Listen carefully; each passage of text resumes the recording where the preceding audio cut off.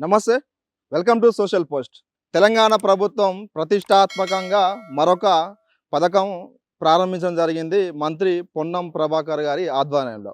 అదేంటంటే మహిళలకు కుట్టు మిషన్లు ప్రారంభించారు. అదేంటంటే మహిళలకు ఉపాధి కోసమట కుట్టు మిషన్లు వాళ్ళకి ఇవ్వడం జరుగుతుందట.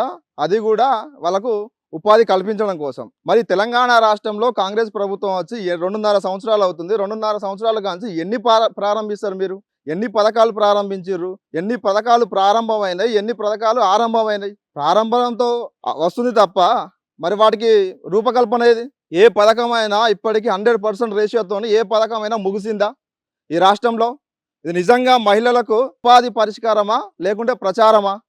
ఎస్, ఇది నిజంగా ప్రచారం అని చెప్పవచ్చు. ఎందుకు అంటే తెలంగాణ రాష్ట్రంలో లక్షలాది మంది నిరుద్యోగ యువత ఉద్యోగ నోటిఫికేషన్లు రోజు ధర్నా చేస్తున్న పరిస్థితి. మరి వాళ్ళకు పట్టించుకొని ఈ ప్రభుత్వం అనేక స్కీములు తీసుకొచ్చి స్కీముల పేరిట స్కాములు చేసుకోవడం మాత్రమే ఈ ప్రభుత్వం చేస్తున్న పరిస్థితి. మరి ఈరోజు చూస్తే ఎందుకు అంటే రాజీవ్ యువ వికాసం అని తీసుకురావడం జరిగింది. అదేమైంది? వేలాది మంది స్టూడెంట్స్ నిరుద్యోగులు ఆశాభావంతో వాళ్ళు అప్లై చేసుకున్న పరిస్థితి.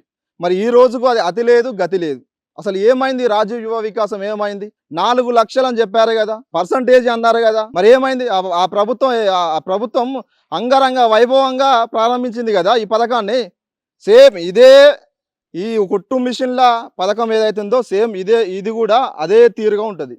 ఎందుకు అంటే ఈ రాష్ట్ర ప్రభుత్వంలో కాంగ్రెస్ ప్రభుత్వంలో ప్రజాపాలన అంటారు, కానీ ప్రజలకు ఒక మూలాన కూడా ఒక 1% కూడా ఏ పథకం కూడా పూర్తి స్థాయిలో అందించిన దాఖలు లేదు. మనం గతంలో నుంచి చూస్తూనే ఉన్నాం. రాజీవ్ వికాసం అంటారు, ఇంకేదో స్కీమ్ అంటారు. ఈ రోజు కొత్తగా కేవలం ప్రచార కోసమే ఇవన్నీ తీసుకురావడం జరుగుతుంది తప్ప ఆచరణలోకి మాత్రం ఈ స్కీములు ఏవి కూడా రావడం లేదు. మరి నిజంగా మహిళలకు ఉపాధి కల్పన కోసం ఈ పథకం తీసుకొస్తే వాళ్ళ రా మెటీరియల్ ఎక్కడి నుంచి రావాలి? 119 నియోజకవర్గాలకి 1,19,000 కుట్టు మిషన్లు ఇస్తామని చెప్పడం జరిగింది. అంటే ప్రతి నియోజకవర్గానికి చొప్పున ఒక 1000 చొప్పున ఇస్తామని తీసుకురావడం జరిగింది.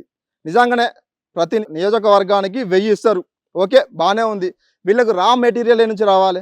వీళ్ళకు ఉపాధి ఎవరు కల్పించాలి? వీళ్ళ కుట్టిన మెటీరియల్ని ఎవరికి అమ్ముకోవాలి? సంపద అనేది ఎట్లా సృష్టించుకోవాలి? మరి వాళ్ళకు కేవలం నామమాత్రం మాత్రమే స్కీములు తేవడం, స్కాములు చేయడం తప్ప మరి ఇంకోటి ఏది కనబడతలేదు ఈ ప్రజాప్రభుత్వంలో. ఇది ప్రజల పాలన కాదు, ప్రజాపాలన కాదు, ప్రజలను ముంచే పాలనే.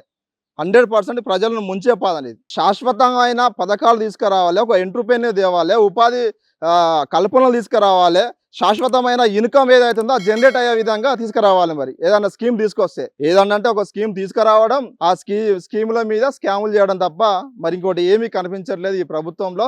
సేమ్ అట్లనే ఇంతవరకు 2.5 సంవత్సరంలో ఎన్ని స్కీములు తీసుకొచ్చిర్రో వాటిల్లో ఎన్ని స్కాములు అయినాయో సేమ్ ఇది కూడా అదే విధంగా రిపీట్ అయితే తప్ప ఒక్క మహిళలకు కూడా ఈ పథకము పూర్తి స్థాయిలో అందుతానో నమ్మకం అయితే ఎవ్వరికి కూడా లేదు ఈ ప్రజలకు.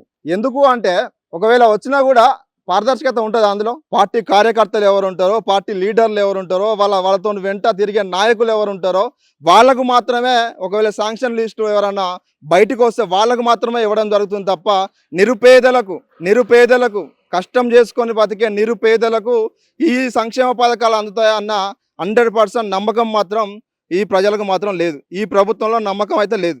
మరి చూద్దాం ఎంతవరకు ఈ పథకాలు అనేది అమలవుతాయి, ఎంతవరకు నిరుపేదలకు వస్తాయి, ఎంతవరకు ప్రభుత్వం పూర్తి స్థాయిలో అమలు చేస్తున్నది వేచి చూస్తూనే ఉండండి సోషల్ పోస్ట్.